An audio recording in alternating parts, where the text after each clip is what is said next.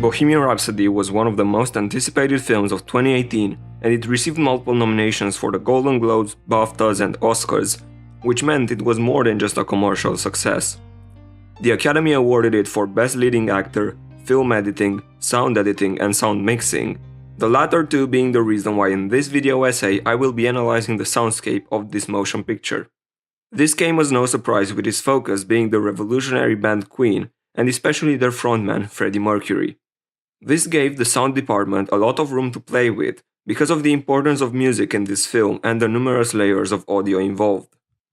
Some of the most noteworthy mixing elements in the film are the Live Aid scene and the overall process behind making Rami Malek have Freddie Mercury's voice. As revealed by the actor himself and other sources from the film's crew, his singing was incorporated with original recordings of Queen's vocalist and additional recordings of sound-alike Mark Martel.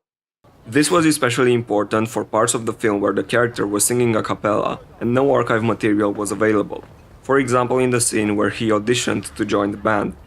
I know what I'm doing. I got a feeling I should be doing alright. Therefore, all the singing segments underwent the same technique that is commonly used for automated dialogue replacement.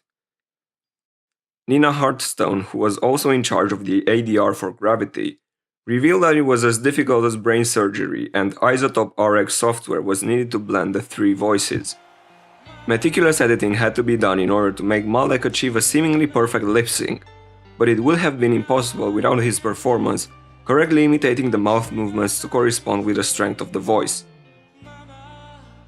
Sound mixer Paul Massey had similar experience working on the Johnny Cash biopic Walk the Line, so as far as the Live Aid scene went, he said the on-location recordings were far from creating the desired immersive experience. Hence, they resorted to less common ways for sourcing audio. Multitrack tapes from the original concert in 1985 were used for the performance because a minimal amount of enhancement was intended. Recording the Stomp Stomp Clap sequence in a Foley studio would have required extensive post-production work to emulate the sound dimensions of a stadium in an audio editing software like Avid Pro Tools. Such an effect can be created by adding chorus and reverb and boosting the high end using an equalizer. Nonetheless, they took advantage of the band being on tour and recorded a genuine crowd, similar to how wild tracks are normally used in film. A similar technique was used for the crowd singing the lyrics. When shooting the Live Aid scenes, the sound department used the extras while the camera was being reset. There were also variations recorded to coincide with the shot sizes.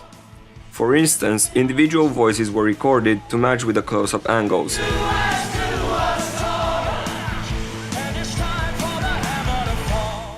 Another setup that required a fair amount of recreating the sounds was the band recording Bohemian Rhapsody at Rockfield Farm.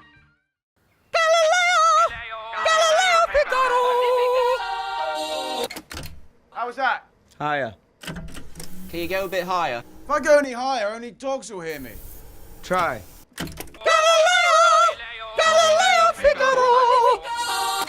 Higher. Jesus, how many more Galileos do you want? One more. One more. Again. Go on, roll the track. Who even is Galileo? Are we done? That's it. He loves you. The scene depicts an important part of the production of the famous song that also titled this film. Its purpose is to show the tedious process and Roger Taylor's growing frustration while recording his part of the backing vocals. There is an added element of interest as the dialogue bounces back and forth between different environments, having him in the recording space and the rest of the band in the mixing booth. The clip opens with a mid-shot of a chicken on a fence to establish the location, but it's also cleverly used as a J-cut to transition into the studio. This element of sound design worked particularly well because the character singing Galileo had a similar pitch and loudness to the expected noise, and by matching the visuals and audio in this way, their superimposition creates a brief moment of comic relief. As soon as the cut shows Roger Taylor, two layers of Bohemian Rhapsody can be heard. Him recording the backing vocals, singing into the on-screen microphone, and Freddie Mercury's voice. To create the impression that the latter is a pre-recorded track played as reference in Roger's headphones, the audio was lower in the mix and probably processed with a 7-band equalizer in Pro Tools, reducing the low and high end to make the sound shallower.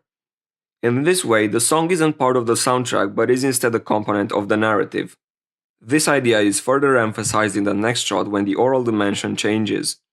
Now, it sounds clearer and less muffled, to show Freddie's perspective, who is listening to the song through large speakers instead of a pair of enclosed headphones. How was that? It is suddenly interrupted by the button presses and mechanical movement of the tape being released. Being such a quick sequence, the sound in this case may have been crafted with Foley or wild tracks, rather than sync, so that timing could be perfected in post as the music is stopped. Then, Roger's question How was that? is altered to create an effect as if it's coming through a retro talkback system, and this sounds very similar to what the old two-way radio EQ preset does in Pro Tools. Freddie's reply comes in clear as he is shown on screen when delivering the line, and the same goes for John.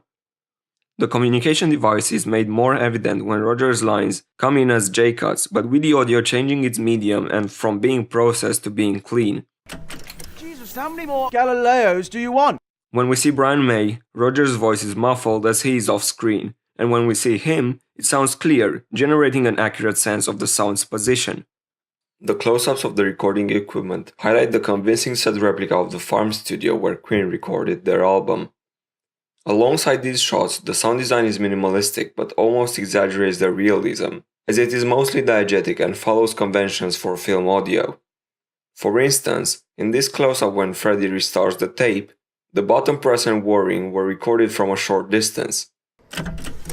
When the shot is cut to a wide, the constant noise dips in volume and is panned more to the left, creating a perspective of spatiality so that it reflects where the source of the sound is positioned in the frame. Can you go a bit higher? The same technique is repeated multiple times in the scene, along with the action and the shots. In this shot, the camera is placed at a high angle. The frame is asymmetrical because the purpose of the shot is to show Roger's reflections in the transparent panels. Therefore, the image corresponds with the audio emulating the choir effect in a visual way with these clones, and referencing the original Bohemian Rhapsody music video. Another audio-visual metaphor used in this setup is the angelic glowing light on Roger's face, which correlates with his high voice.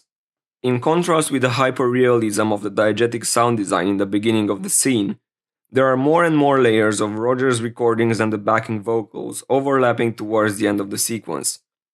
This increase in number of tracks and intensity of the music makes the audio overwhelming and slightly distressing to show the character's fatigue and to induce the same emotions on the audience. Not only that, but we can also distinguish more lines from Roger on top of the superimposed medley. Again. Go on, roll the track. This wide would normally act as an establishing shot of a scene, offering context with useful elements of set design like the musical instruments and gear in the background. However, it is only shown towards the end of the scene to indicate how Roger steps out of what he was doing and therefore distances himself from the lyrics by questioning their meaning. Hence, this break in the pace emphasizes the delivery of his line, which would otherwise be less noticeable because of the overlapping layers of sound. Who even is Galileo? This shot is even and symmetric and the meters are in sync with the sound. Its aim is to exhibit the sheer amount of audio tracks being used to record the song, and then to show how the singing eventually comes to an end. As soon as the music stops, Roger asks for the confirmation and receives the answer from John through the talkback system, easily identifiable from the sound processing. Are we done? That's it. He loves you. Simultaneously, a crowd cheering can be heard fading up, acting as a sound bridge that leads into the next scene where the band performs the song. Are we done? That's it. He loves you. Conclusively, various elements and techniques of sound design and mixing are skillfully employed in Bohemian Rhapsody to convey meaning and trigger the viewer's emotional responses. The variety of shots cut with a fast pacing, in conjunction with a cluttered set and staggering soundscape, embody the filmmaking craft that urges the audience to relate to the characters' feelings and immerses them into this universe dictated by sound and music.